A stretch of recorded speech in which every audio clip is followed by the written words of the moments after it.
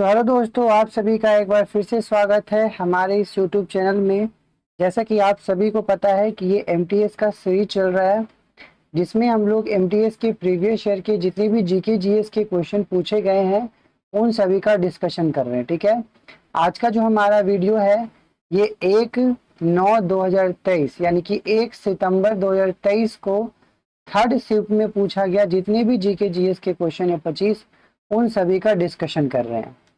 I hope ये series आपको अच्छा लग रहा होगा, आपको आपका जो नॉलेज है वो इनहेंस हो रहा होगा इससे देख करके। ठीक है, और ये प्रीवियस ईयर क्वेश्चन है, ये हो सकता है कि 2024 वाले एमटीएस में भी रिपीट करे, तो आप इसे लास्ट तक जरूर देखिएगा, सारे क्वेश्चन इंपॉर्टेंट है। ठीक है, बहुत सारे फ्रेंड्स लोग हैं जो वीडियो को लाइक भी कर रहे हैं और चैनल को सब्सक्राइब कर रहे हैं। जिन्होंने अभी तक सब्सक्राइब नहीं किया है प्लीज से सब्सक्राइब कर लीजिएगा। ठीक है, बिना टाइम वेस्ट किए बढ़ते क्वेश्चन नंबर 1 की तरफ।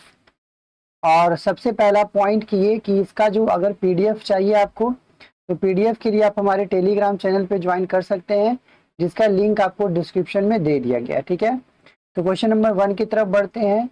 निम्नलिखित में से कौन सा भारत के महान्यायवादी का कर्तव्य है? कौन सा है जो भारत के महान्यायवादी का कर्तव्य है, इसके बारे में आपको बताना है। तो ये कानूनी मामलों पर भारत सरकार को सलाह देना, ये है भारत के महान्यायवादी का कर्तव्य कि जो भी कानूनी मामला है उसमें भारत सरकार को सलाह देना। अच्छा, महान्यायवादी की अगर नियुक्ति की बात करें तो ये आर्टिकल 76 यानी कि अनुच्छेद 76 में डिस्कशन किया गया है भारत के महान्यायवादी का नियुक्ति का प्रावधान। ठीक है, ये आपको याद रखना है। बढ़ते अगले क्वेश्चन की तरफ। क्वेश्चन नंबर 2, घेगा रोग में किस ग्रंथि के आकार में वृद्धि हो जाने के कारण गले के अगले भाग में सूजन हो जाता है? तो घेगा रोग है, बताना है कि किस ग्रंथि के आकार में वृद्धि हो जाने के कारण गले के अगले भाग में सूजन हो जाता है। तो जो हमारा गले के अगले भाग में होता है थायराइड ग्रंथि, तो इस थायराइड ग्रंथि में सूजन हो जाने के कारण घेगा रोग होता है। और ये किसके कारण होता है? आयोडीन की कमी के कारण घेगा रोग होता है, तो ये आपको याद रखना है। बढ़ते अगले क्वेश्चन की तरफ। क्वेश्चन नंबर 3, निम्नलिखित में से कौन सा कथक केंद्र के निर्देशक थे? उन्होंने कलाश्रम नाम से अपना एक स्वयं का नृत्य विद्यालय की शुरुआत कर दी। तो कथक के लिए फेमस हमारे कौन है? आप सभी को पता है, जो हमारे पंडित बिरजू महाराज है, ये कथक के लिए बहुत ज्यादा फेमस है। इन्होंने बाद में क्या किया था, अपना एक विद्यालय की स्थापना किया था जिसका नाम था कलाश्रम, जिसमें ये कथक सिखाया करते थे। ठीक है, अच्छा, और भी ऑप्शन की बात कर ले तो बिरजू महाराज के पिता का नाम था अच्छन महाराज। तो ये अच्छन महाराज कौन थे? बिरजू महाराज के पिता थे। और लच्छू महाराज और शंभू महाराज ये इनके चाचा जी थे। अच्छा, बिरजू महाराज की एक बहन भी थी जिनका नाम आपको पता होगा, सितारा देवी। सितारा देवी ये क्या थी? इनकी बहन थी। ये भी है जो कथक की बहुत अच्छी नर्तका रह चुकी है। तो इसका भी नाम याद रखना है कि जो कथक की बहुत अच्छी नर्तका ये भी रह चुकी है, सितारा देवी भी क्वेश्चन में पूछता है। बढ़ते अगले क्वेश्चन की तरफ। क्वेश्चन नंबर 4, झारखंड में मवेशियों के सम्मान में कब एक दिवाली के तुरंत बाद अमावस्या के अगले दिन मनाया जाता है? वो कौन सा त्योहार है जो कि मवेशियों के लिए मनाया जाता है? कौन सा त्योहार है जो मवेशियों के लिए मनाया जाता है? इसका नाम है सोहराय। सोहराय जो त्योहार है उसी वो जो है मवेशियों के लिए मनाया जाता है, जिसमें वो जो इनके मवेशी होते हैं उनको अच्छे से नहा धुला करके अच्छे से पूजा पाठ में इनको पूजा पाठ किया जाता है।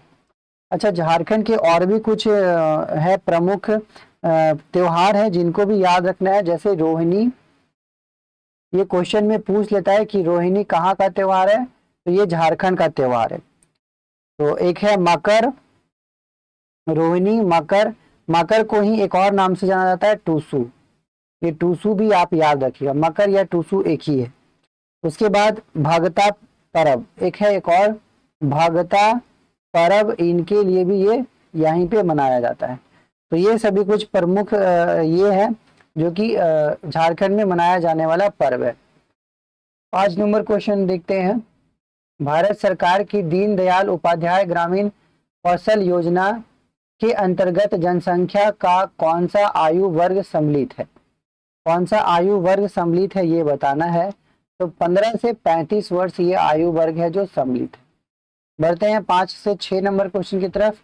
2023 का आईपीएल फाइनल मैच निम्नलिखित में से किस शहर में आयोजित किया गया था? तो बताना है कि 2023 का जो फाइनल मैच था वो किस शहर में आयोजित किया था। तो इसका जो आंसर हो जाएगा वो अहमदाबाद हो जाएगा। अहमदाबाद में आयोजित किया गया था। इसको आप स्किप भी कर सकते हैं। अच्छा, ये हुआ कब था? तो ये हुआ था 29 मई 2023 को। 7वां नंबर क्वेश्चन, भारत के निम्नलिखित में से किस राज्य में गर्मी के मौसम में लू हवा नहीं चलती? तो पंजाब एरिया, राजस्थान, हरियाणा और गोवा, इसमें से क्या हो जाएगा? तो इसका आंसर हो जाएगा गोवा। जब भारत का उत्तरी राज्य की बात करें तो जैसे हरियाणा, पंजाब, राजस्थान, उत्तर प्रदेश, बिहार, दिल्ली, ये सभी जगहों पर लू जो गर्म हवाएं चलती है उसे लू के नाम से जाना जाता है, जबकि गोवा में लू गर्म हवाएं नहीं चलती। आगे बढ़ते हैं 8वां नंबर क्वेश्चन, बजट घाटा क्या है? बजट घाटा क्या है ये बताना है। तो जो बजट घाटा है बताना है क्या है। तो बजट घाटा जो है वो राजस्व पर सरकारी व्यय की अधिकता को बजट घाटा बोला जाता है। जो भी राजस्व है उस पर सरकारी व्यय की अधिकता को ही बजट घाटा कहा जाता है। 9वां नंबर क्वेश्चन, किस भारतीय संगीतकार ने 1994 में राय कुदर के साथ a meeting by the river के लिए ग्रैमी पुरस्कार जीता था? तो अब मीटिंग बाय द रिवर के लिए ग्रैमी पुरस्कार किन्होंने जीता था 1994 में, ये आपको बताना है। तो इसका जो आंसर हो जाएगा विश्व मोहन भट्ट। विश्व मोहन भट्ट है जो ये पुरस्कार जीते थे, ये आपको याद रखना है। बढ़ते अगले क्वेश्चन की तरफ। 10 नंबर क्वेश्चन, किस नृत्य के ठीक शुरू किए जाने से पहले सेवा कली नामक एक अभ्यास सत्र किया जाता था जो एक मंदिर के परिसर में किया जाता था? तो इसका आंसर क्या हो जाएगा आपको बताना है। इसका आंसर हो जाएगा कथक कली। कथक कली ये डांस हो जाएगा जो कि नृत्य के ठीक शुरू किए जाने के पहले एक सेवा कली नामक एक अभ्यास किया जाता था, उसी को कथक कली के नाम से जाना जाता था। अच्छा, कथक कली बताना है ये कहाँ का डांस है? तो केरल का डांस है। कथक कहाँ का है? यूपी का। और कुचिपुड़ी कहाँ का है? आंध्र प्रदेश का। और ओडिसी कहाँ का है? ओडिशा का है। ये भी सभी आपको याद रखने हैं। बढ़ते हैं 11 नंबर क्वेश्चन की तरफ। यदि इस ईंट पर 7 न्यूटन का यदि एक ईंट पर 7 न्यूटन का बल लगाया जाए और वह 5 मीटर तक गति करती है तो किया गया कार्य कितना होगा? इसका बताना है कि उसका किया गया कार्य कितना होगा, ये इसका आंसर बताना है। तो आपको एक फॉर्मूला याद होगा यहाँ पे किए हुए कार्य का क्या होता है वो। तो यहाँ पे हो जाएगा कार्य बराबर बल गुना विस्थापन, यानी कि वर्क बराबर फोर्स इंटू डिस्प्लेसमेंट। तो 7 गुना 5 यानी कि 35। तो यहाँ पे और यहाँ पे कार्य है तो कार्य का ऐसा यूनिट क्या होता है? जूल। तो 35 अर्ग नहीं 35 जूल इसका क्या हो जाएगा आंसर। ठीक है। अच्छा, और भी कुछ देख लेते हैं। तो कार्य का ऐसा मात्रा क्या होता है? जूल, ये याद रख लेना है। और बल, इसमें जो फोर्स इंटू डिस्प्लेसमेंट जो यूज हो रहा है तो इसका मात्रा क्या होता है? न्यूटन। और डिस्प्लेसमेंट के लिए मीटर को बोला जाता है मीटर, और कार्य के लिए जूल। ठीक है। बढ़ते हैं 12 नंबर क्वेश्चन की तरफ। राजस्व व्यय क्या है? राजस्व व्यय क्या है? तो इसका जो आंसर हो जाएगा दिन प्रतिदिन के सरकारी कार्यों पर व्यय की गई धनराशि को राजस्व व्यय के नाम से जाना जाता है। दिन प्रतिदिन के सरकारी कार्यों पर जो व्यय की गई धनराशि होती है उसे ही राजस्व व्यय के नाम से जाना जाता है। 13 नंबर क्वेश्चन, पवित्र पर्वत कैलाश भारत के किस पड़ोसी देश में स्थित है? तो पवित्र पर्वत जो कैलाश है भारत के चीन में स्थित है। एक पड़ोसी देश है चीन, जहाँ पे ये कैलाश पर्वत स्थित है। कैलाश पर्वत पे बोला जाता है कि ये हिंदुओं का बहुत ही एक प्रमुख पवित्र पर्वत है, जिसपे ये यहाँ पे शंकर भगवान जी रहते हैं। 14 नंबर क्वेश्चन, नौजवान भारत सभा के संस्थापक कौन थे? तो नौजवान भारत सभा के संस्थापक कौन थे? तो ये हमारे भगत सिंह थे, जो नौजवान के संस्थापक थे। तो ये आपको याद रखना है। इसका आंसर क्या हो जाएगा? भगत सिंह। ठीक है, बढ़ते हैं अगले नंबर क्वेश्चन की तरफ। 15, माई स्टोरी किस महिला लेखक की आत्मकथा है? माई स्टोरी जो है किसकी आत्मकथा है? तो ये कमला दास की आत्मकथा है। ऑप्शन नंबर सी इसका सही हो जाएगा। कमला दास की आत्मकथा है। ठीक है, ये आपको याद रखना है। आगे बढ़ते हैं। अच्छा, अमृता प्रीतम की भी एक आत्मकथा है जिसका नाम है रसीदी टिकट। रसीदी टिकट जो है वो अमृता प्रीतम के द्वारा लिखी गई एक है और इनकी ये इनकी क्या है? आत्मकथा है। अच्छा, और देख लेते हैं। तो ये सभी आपको याद रखना। ठीक है, बढ़ते अगले क्वेश्चन की तरफ। 16 नंबर क्वेश्चन, निम्नलिखित में से कौन सा मौलिक कर्तव्य के अंतर्गत नहीं आता है? इसमें से मौलिक कर्तव्य के अंतर्गत कौन सा नहीं आता है, ये आपको बताना है। कौन सा मौलिक कर्तव्य के अंतर्गत नहीं आता है? तो राष्ट्रगान का सम्मान करना, कर का भुगतान करना, सद्भाव को बढ़ावा देना या वैज्ञानिक दृष्टिकोण विकसित करना। तो इसका जो आंसर हो जाएगा वो कर का भुगतान करना मौलिक कर्तव्य के अंतर्गत नहीं आता है। ये ऑप्शन नंबर बी इसका सही हो जाएगा। अच्छा, मौलिक कर्तव्य का डिस्कशन हमारे अनुच्छेद के भाग 4 ए में और अनुच्छेद 51 ए में डिस्कशन किया गया है। ये भी आपको याद रखना। ठीक है, बढ़ते हैं 17 नंबर क्वेश्चन की तरफ। भिटारी मंदिर किस राज्य में स्थित है? भिटारी मंदिर किस राज्य में स्थित है, ये आपको बताना है। तो ये उत्तर प्रदेश में स्थित है। कहाँ स्थित है? उत्तर प्रदेश के गाजीपुर में ये भिटारी मंदिर स्थित है। ये आपको याद रखना है। बढ़ते हैं अगले क्वेश्चन की तरफ। अगला क्वेश्चन क्या है? कौन सा राज्य के सिद्धियों की सांस्कृतिक विरासत लगभग 300 वर्ष पुरानी है और उसका सिद्धि धमाल नृत्य एक उत्सव कला शैली है? तो धमाल नृत्य एक उत्सव कला शैली है, बताना इसका आंसर क्या हो जाएगा? इसका आंसर हो जाएगा गुजरात। इसका आंसर क्या हो जाएगा? गुजरात। 19 नंबर क्वेश्चन, निम्नलिखित में से किस स्थान पर मानसून के मौसम के दौरान सबसे कम वर्षा होती है? तो जो मानसून का मौसम होता है उसके दौरान सबसे कम वर्षा किस स्थान पे होती है, ये बताना है। तो ये सबसे कम वर्षा वाला जगह कौन है? लेह। लेह है जो सबसे कम वर्षा वाला जगह है, ये आपको याद रखना है।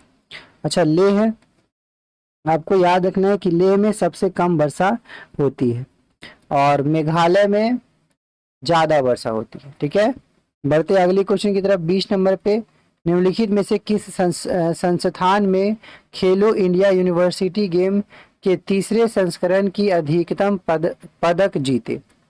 तो बताना है कि कौन सा हो जाएगा कि खेलो इंडिया यूनिवर्सिटी गेम के तीसरे संस्करण का अधिकतम पदक जीता गया, किस संस्थान ने जीता, ये आपको बताना है। तो पंजाब यूनिवर्सिटी जो था वो जीता था। ठीक है, बढ़ते हैं 21 नंबर क्वेश्चन की तरफ। अखिल भारतीय मुस्लिम लीग ने किस वर्ष देश के उत्तर पश्चिमी पूर्वी क्षेत्रों में मुसलमानों के लिए स्वतंत्र राज्य की मांग का प्रस्ताव पेश किया गया? तो ये बताना है कि कौन सा हो जाएगा इसका आंसर। कब प्रस्ताव पेश किया था? तो ये मार्च 1940 में पेश किया गया था। तो इसका आंसर क्या हो जाएगा? 1940। ये याद रखना है। ठीक है, बढ़ते हैं अगले क्वेश्चन की तरफ। क्वेश्चन नंबर 22, निम्नलिखित में से कौन सा उपन्यास मुल्क राज आनंद द्वारा नहीं लिखी गई है? तो मुल्क राज आनंद द्वारा कौन सा उपन्यास नहीं लिखा गया है, ये आपको बताना है। तो the God of a small thing देखा जाए तो ये हमारे मुल्क राज आनंद के द्वारा नहीं लिखा गया। तो द गाइड, ये अगर देखा जाए द गाइड जो है ये किसके द्वारा लिखा गया है? द गाइड जो बुक है ये लिखा गया है हमारे R.K. नारायण के द्वारा। R.K. नारायण के द्वारा ये लिखा गया है, तो ये याद रखना है। ठीक है, तो इसका आंसर हो जाएगा द गाइड। बढ़ते हैं 23 नंबर के क्वेश्चन की तरफ। शुभमन गिल अपने खेल में रिकॉर्ड बनाने की वजह से चर्चा में थे, वह कौन सा खेल खेलते हैं? तो शुभमन गिल कौन सा खेल खेलते हैं, ये आपको बताना है। इसका आंसर क्या हो जाएगा? क्रिकेट। ये क्या खेलते हैं? क्रिकेट खेलते हैं। बढ़ते हैं 24 नंबर क्वेश्चन की तरफ। निम्नलिखित में से कौन एक विश्व प्रसिद्ध सितार वादक है? तो सितार वादक आप सभी को पता है कि कौन है सितार वादक। तो सितार वादक है हमारे पंडित रविशंकर जो है, ये सितार वादक है। ठीक है ना, पंडित रविशंकर हो जाएगा इसका आंसर। अच्छा, और भी याद देख लेते हैं। उस्ताद शफक अहमद खान ये किस चीज क्या बजाते थे? तो ये तबला वादक थे। क्या थे? तबला वादक थे। इनका याद रखना है। और अगर बात करें राज रत्नम पिल्लई का, तो ये क्या बजाते थे? तो राज रत्नम पिल्लई ये नादस्वरम बजाते थे, ये याद रखना है। और शहनाई के लिए अली अहमद हुसैन भी फेमस थे।